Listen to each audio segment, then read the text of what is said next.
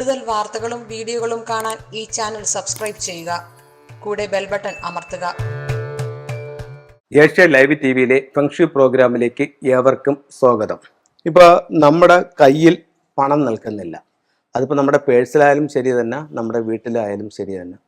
അപ്പം പണം നിൽക്കാത്തതിൻ്റെ കാരണങ്ങൾ പലതുണ്ട്. അപ്പോൾ ആദ്യം എന്താണ് നമ്മുടെ കയ്യിൽ പണം നിൽക്കാത്തത് എന്നുള്ളത് നമ്മൾ മനസ്സിലാക്കണം. ഫെങ്ഷു പ്രകാരം നമുക്ക് സമ്പത്ത് വരാതിരിക്കുകയും വന്ന സമ്പത്ത് നമ്മുടെ കയ്യിൽ നിൽക്കാതിരിക്കുകയും ചെയ്യാനായിട്ടുള്ള ചില കാരണങ്ങളുണ്ട്. അത് വാസ്തുവിലും പറയുന്നുണ്ട്. രണ്ടും നമുക്ക് എന്തൊക്കെയാണെന്ന് നോക്കാം.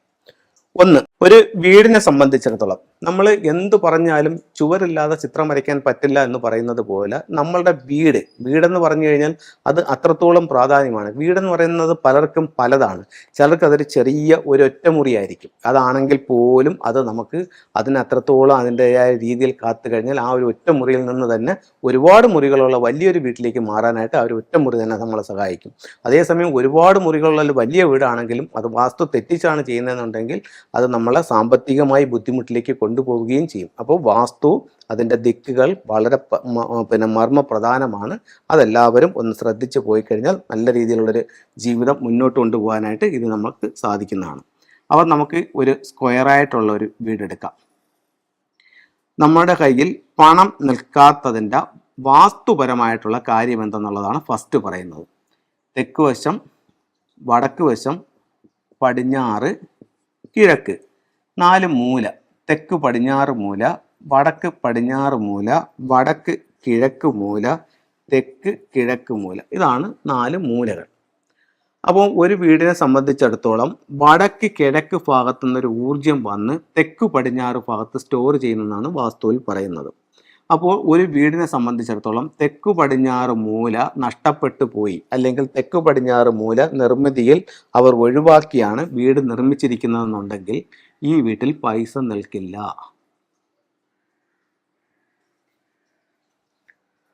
അടുത്തത്, ഇത് ഒരു കാരണം. അടുത്ത കാരണം എന്ന് പറഞ്ഞു കഴിഞ്ഞാൽ, നമ്മളൊരു വീട് വെച്ചു, അതിൻ്റെ തെക്കു പടിഞ്ഞാറ് മൂലയിലാണ് നമ്മളുടെ ഗേറ്റ് നിൽക്കുന്നതെങ്കിലും ഈ വീട്ടിൽ പൈസ നിൽക്കില്ല. അടുത്തത്, നമ്മുടെ വീട് വെച്ചപ്പോൾ തെക്ക് പടിഞ്ഞാറ് ഭാഗം കുഴിയാണ്, ഈ ഭാഗത്ത് വലിയ കുഴിയാണ്, അങ്ങനെയാണെങ്കിലും പൈസ നിൽക്കില്ല. ഈ ഭാഗത്ത് കിണർ വന്നാലും പൈസ നിൽക്കില്ല. അപ്പോൾ ഇത്തരം കാര്യങ്ങൾ കൊണ്ട് വീട്ടിൽ നമുക്ക് വാസ്തുപ്രകാരം പൈസയുടെ ബുദ്ധിമുട്ടുകൾ ഉണ്ടാവാം. ഇനി ഇത് നമുക്ക് വാസ്തുപ്രകാരം പറയുന്നതാണ്. അടുത്തത് നമുക്ക് ഫെങ്ഷുയിലേക്ക് പോവാം.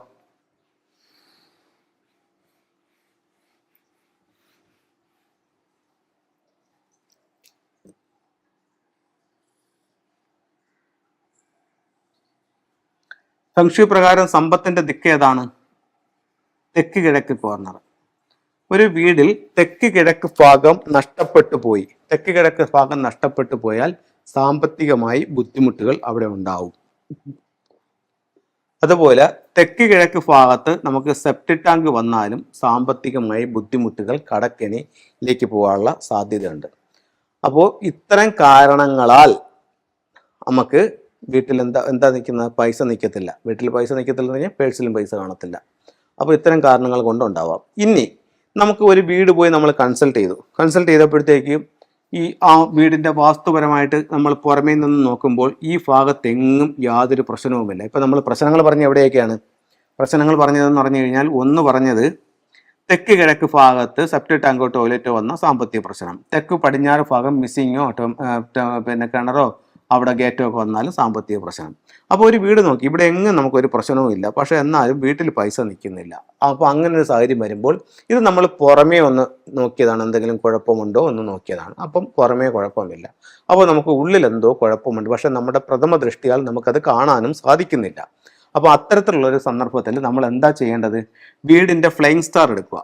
വീടിൻ്റെ ഫ്ലൈയിങ് സ്റ്റാർ എന്ന് പറയുമ്പോഴത്തേക്ക് ഫ്ലൈയിങ് സ്റ്റാർ എടുക്കാനായിട്ട് 2-3 ഘടകങ്ങൾ വേണം.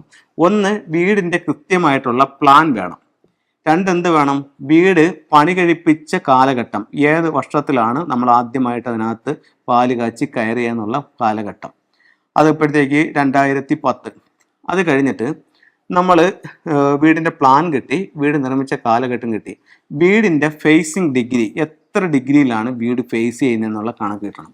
ഇത് മൂന്നും കൂടെ ചെയ്യുമ്പോൾ നമുക്കൊരു കണക്ക് കിട്ടും. വീടിൻ്റെ ഓരോ ദിക്കിലും 2 നക്ഷത്രങ്ങൾ വീതം വരും. വീടിനെ നമ്മൾ എന്ത് ചെയ്യും? കറക്റ്റ് 9 കളങ്ങളാക്കി തിരിക്കും. കളങ്ങളാക്കി തിരിച്ചിട്ട് ഈ ഒരു ഫ്ലൈയിങ് സ്റ്റാർ എടുത്തിട്ട് ഓരോ ദിക്കിലും വരുന്ന ഫ്ലൈയിങ് സ്റ്റാറിൻ്റെ നമ്പറുകൾ നമ്മൾ ഇങ്ങോട്ട് എടുത്തെഴുതുമ്പോൾ വടക്ക് കിഴക്ക് വന്നിരിക്കുന്ന നക്ഷത്രം ഏത്? വടക്ക് കിഴക്ക് വന്നിരിക്കുന്ന നക്ഷത്രം വന്നിട്ട് ഏതാണ്? 7, 9 ആണ്. അത് ഒരു ഉദാഹരണമാണ് ഞാൻ പറയുന്നത്. 7, 9 ആണ്. കിഴക്ക് വന്നിരിക്കുന്ന നക്ഷത്രം 3, 4 ആണ്. തെക്ക് കിഴക്ക് വന്നിരിക്കുന്ന നക്ഷത്രം 2, 5 ആണ്. ഇപ്പം നമ്മളുടെ പ്രധാന ഡോറ് നിൽക്കുന്നത് 2, 5 ഇവിടെയാണ് ഡോറ് നിൽക്കുന്നത്.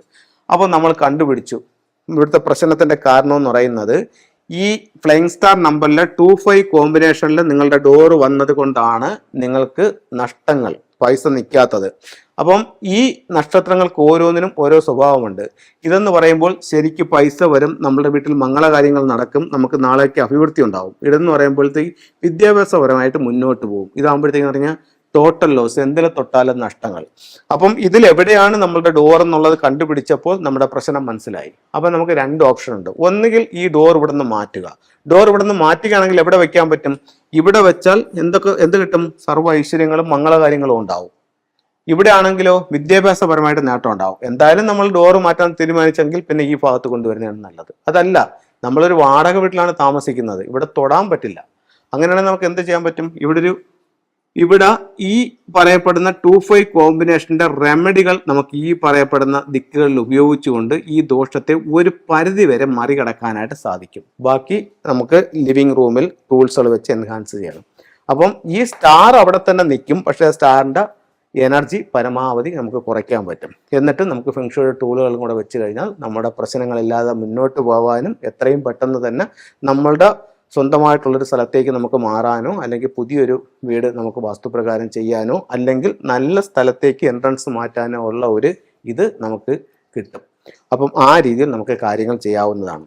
നമുക്ക് ഫെങ്ഷുയിലെ ചില ടൂളുകളിലേക്ക് പോവാം. ഇപ്പം മെയിൻ ഡോറിൽ നിന്നും വരുന്ന നെഗറ്റീവായിട്ടുള്ള ഊർജ്ജത്തെ വീട്ടിനകത്തേക്ക് കടത്തിവിടാനായിട്ട് ഫെങ്ഷുയിൽ ഒത്തിരി ടൂൾസുകൾ ഉപയോഗിക്കുന്നുണ്ട്. അതിൽ 2 ടൂളുകൾ. ഒന്ന് ക്വാൻ കിങ്ങിന്റെ സ്റ്റാച്ചു മെയിൻ ഡോറിലോട്ട് നോക്കി വെക്കാം.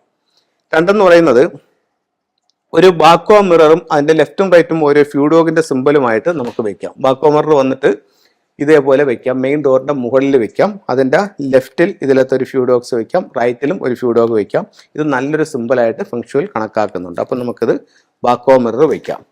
അത് കഴിഞ്ഞിട്ട് ഇപ്പം ഞാനിവിടെ പറഞ്ഞു ഒരു 2, 5 കോമ്പിനേഷനാണ് വന്നിരിക്കുന്നത് പറഞ്ഞു. അപ്പോൾ അവിടുത്തെ നമുക്ക് വലിയ ദോഷമായിട്ടാണ് നിൽക്കുന്നത്. അതിന് പരിഹാരമായിട്ട് നമുക്കിവിടെ 5 എലമെന്റ് പഗോഡ എന്ന് പറഞ്ഞിട്ടൊരു ടൂൾ വെക്കാം. ഈ ദോഷത്തെ ഒരു പരിധി വരെ കുറയ്ക്കുന്നതിന് ഇത് നമ്മളെ സഹായിക്കും. അടുത്തത് വീട്ടിലേക്ക് വരുന്ന നെഗറ്റീവായിട്ടുള്ള ഊർജ്ജത്തെ വലിച്ചെടുത്ത് അതിനെ വിഘടിപ്പിച്ച് പോസിറ്റീവാക്കി തരാനായിട്ട് അമത്തിസ്റ്റിന് സാധിക്കും. അപ്പോൾ ഈ സ്റ്റോൺസ് നമുക്ക് ബെഡ്റൂമിന്റെ സൗത്ത് വെസ്റ്റ് കോർണറിൽ വെക്കാം. അതുപോലെ കപ്പിൾസിന്റെ സ്റ്റാർ വാല്യൂ കൂട്ടാനും ഐക്യം ഉണ്ടാവാനും വേണ്ടിയിട്ട് ഇപ്പോൾ നമുക്ക് 4 സ്റ്റാറുകൾ ഫെങ്ഷുയിൽ പറയുന്നുണ്ട്. അപ്പോൾ ആ സ്റ്റാറുകളുടെ 1, 2, 3 എന്ന് പറഞ്ഞിട്ടാണ്. അപ്പോൾ സ്റ്റാർ വാല്യൂ എന്ന് പറഞ്ഞാൽ ഒരു സ്റ്റാറേ ഉള്ളൂ. ഇപ്പോൾ ഒരു കപ്പിൾസിന്റെ അനിമൽസ് തങ്ങൾ എടുക്കുമ്പോൾ അവർ ഒരു സ്റ്റാറേ ഉള്ളെന്നുണ്ടെങ്കിൽ ആ സ്റ്റാറിന്റെ എണ്ണം കൂട്ടാനായിട്ട് നമുക്ക് എന്താ ചെയ്യാൻ പറ്റും? ഇതുപോലുള്ള അമത്തിസ്റ്റ് ഉപയോഗിച്ചിട്ടുണ്ട്. സ്റ്റാർ വാല്യൂ കൂട്ടാൻ പറ്റും. അത് കൂടുന്നതനുസരിച്ചിട്ട് ആ കപ്പിൾസിന്റെ ഐക്യവും കൂടും. അപ്പോൾ ഇത്തരത്തിലുള്ള ഓരോ ചിത്രങ്ങളും രൂപങ്ങളും നിങ്ങളുടെ ജീവിതത്തിൽ വലിയ വലിയ മാറ്റങ്ങളും വിജയങ്ങളും ഉണ്ടാക്കട്ടെ എന്ന് പ്രാർത്ഥിച്ചുകൊണ്ട് നിർത്തുന്നു. നന്ദി, നമസ്കാരം.